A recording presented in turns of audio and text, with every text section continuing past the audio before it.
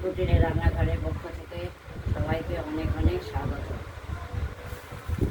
এই পটলগুলো সেদ্ধ করে নিয়েছি, ভাপিয়ে নিয়েছি, এই জল চিপে নুন হলুদ মেখে রেখেছি। আর এই চিংড়ি ভাজা করে রেখেছি, ওই পোস্ত বাটা হচ্ছে, পোস্ত দিয়ে মাখিয়ে চিংড়ি পটলের মধ্যে দিয়ে তারপর পটল পোস্ত করবো। এই পোস্তগুলো বাটা চলছে, পোস্ত আর কাঁচা লঙ্কা দেখতেই পাচ্ছেন। এরপর দেখতে থাকুন। এটাই বাকি আছে। আমরা পোস্তটা বেটে নেই। ওভেনটা জ্বালিয়ে কড়াইটা বসিয়ে তেলটা দিয়ে দিলাম। এই যে পটল নুন হলুদ দিয়ে ইতিমধ্যে পোস্ত দিয়ে চিংড়ি মাছ দিয়ে পোস্তটা বেটে তুলে নিয়েছি। পোস্ত কাঁচা লঙ্কা দেখতেই পাচ্ছেন। নুন মিষ্টি আর হলুদ আর পটলগুলোর তো বুক চেনা ছিল, এর ভেতরে ওই চিংড়ি আর পোস্ত বাটাটা ঢুকিয়ে দেবো। কড়াইয়ের তেলটা গরম হচ্ছে। আর এইভাবে ভরবো।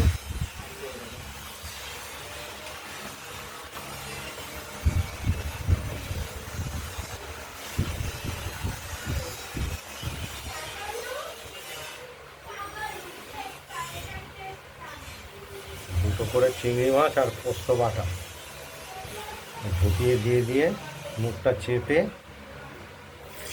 কড়াইতে একটা একটা করে দেবো।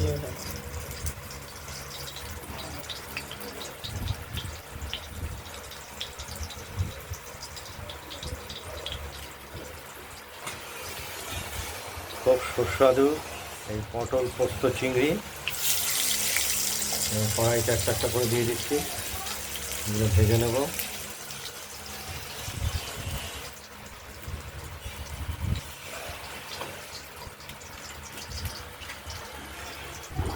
কপিরাইট বলতে কিছু হয় না, সব নিজের হাতে করে।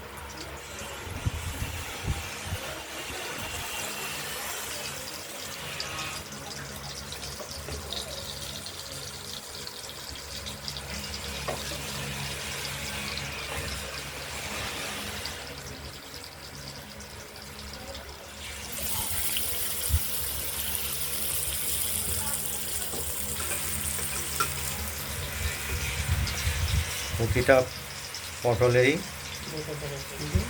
দুটো করে চিংড়ি আর পোস্ত বাটা পুরের মতো ঢুকিয়ে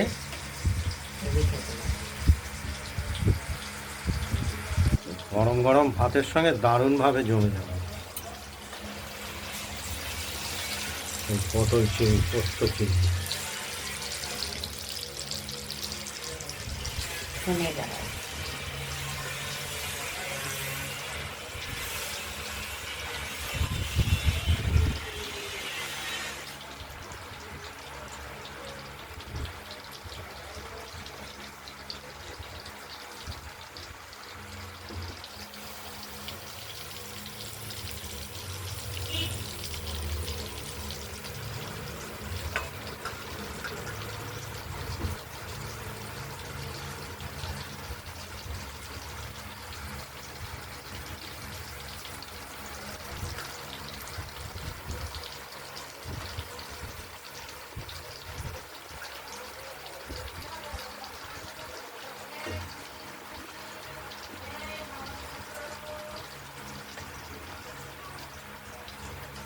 সবগুলো পটলেরই পুর ভরে দেওয়া হলো, আর কড়াইতে আমরা দিয়ে দিলাম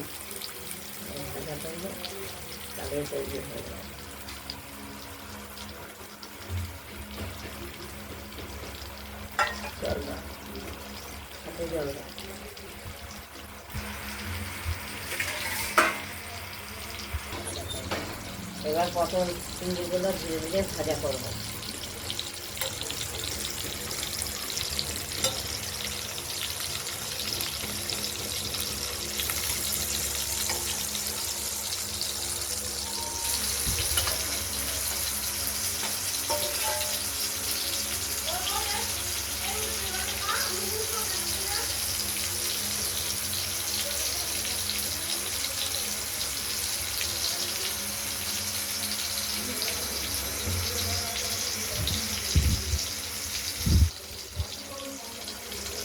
খুব সুস্বাদু একটি পটল পোস্ত চিংড়ির রেসিপি।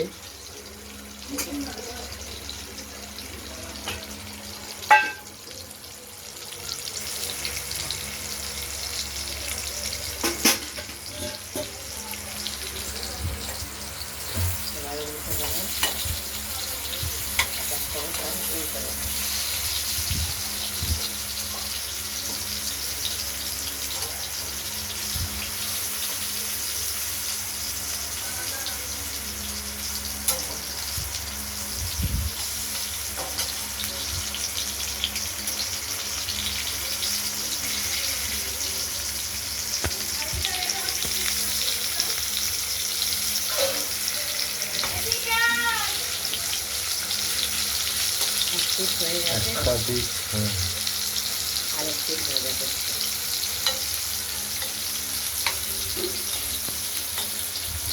গরম ভাতে মেখে খেতে হেভি লাগে, এরকম করে খেয়ে দেখবেন।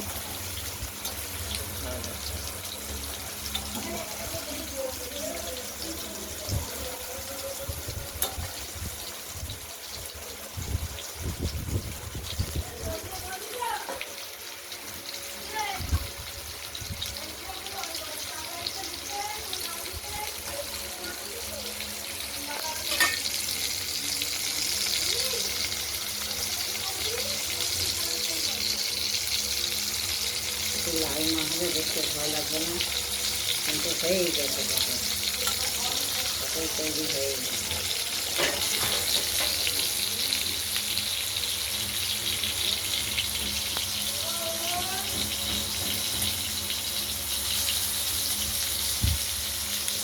পটলের 4-5টাই ভেজে নিতে হয় উল্টে পাল্টে।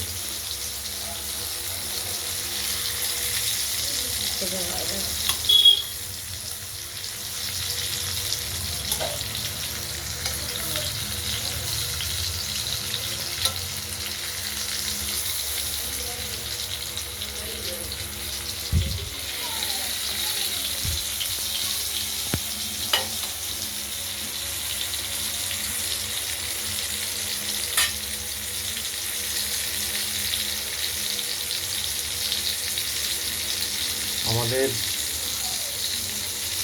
এই পটল পোস্ত চিংড়ি রেসিপিটি এটি প্রায় কমপ্লিট হয়ে আসছে।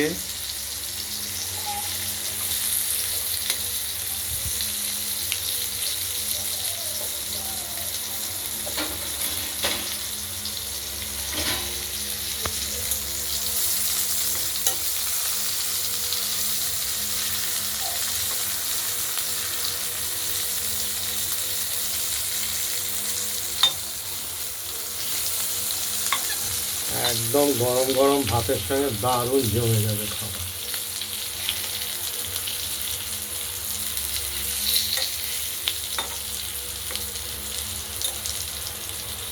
হয়ে গেছে কমপ্লিট, পটল চিংড়ি মস্ত কমপ্লিট হয়ে গেছে। এবার ওভেনটা নিভিয়ে দিলাম, কড়াই থাকবে। আপনাদের যদি এই রেসিপিটি পটল পোস্ত ভিডিওটি যদি ভালো লাগে লাইক করবেন, শেয়ার করবেন, আর আমাদের রান্নাবান্নাটা যদি ভালো লাগে সাবস্ক্রাইব করে রাখবেন। আজ এই পর্যন্তই। ভালো থাকবেন, সুস্থ থাকবেন, সাবধানে থাকবেন।